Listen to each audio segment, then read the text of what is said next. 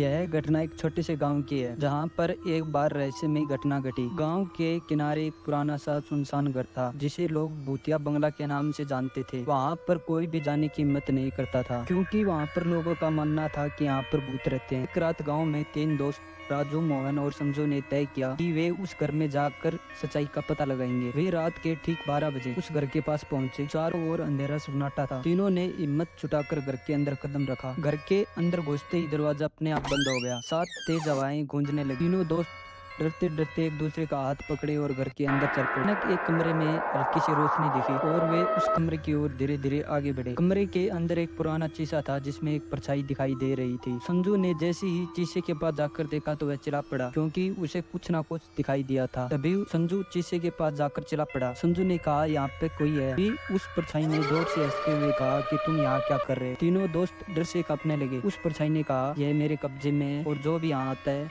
वह कभी वापस नहीं जाता। यह सुनकर तीनों दोस्तों ने हिम्मत टूटने लगी। तो राजू ने कहा कि हम इस घर की सच्चाई जानने आए हैं। राजू ने कहा कि हमें इस घर की सच्चाई जाननी होगी। जैसे ही राजू ने ये कहा, परछाई गायब हो गई और घर का माहौल शांत हो गया। सुबह होते ही तीनों दोस्त बाहर निकले और उन्होंने गांव को यह घटना बताई। उसके बाद गांव के बुजुर्ग आदमियों ने उस घर का शुद्धिकरण करवाया। उसके बाद गांव के लोगों ने उस घर का शुद्धिकरण करवाया और फिर वहां पर कभी भी भूत नहीं देखा गया।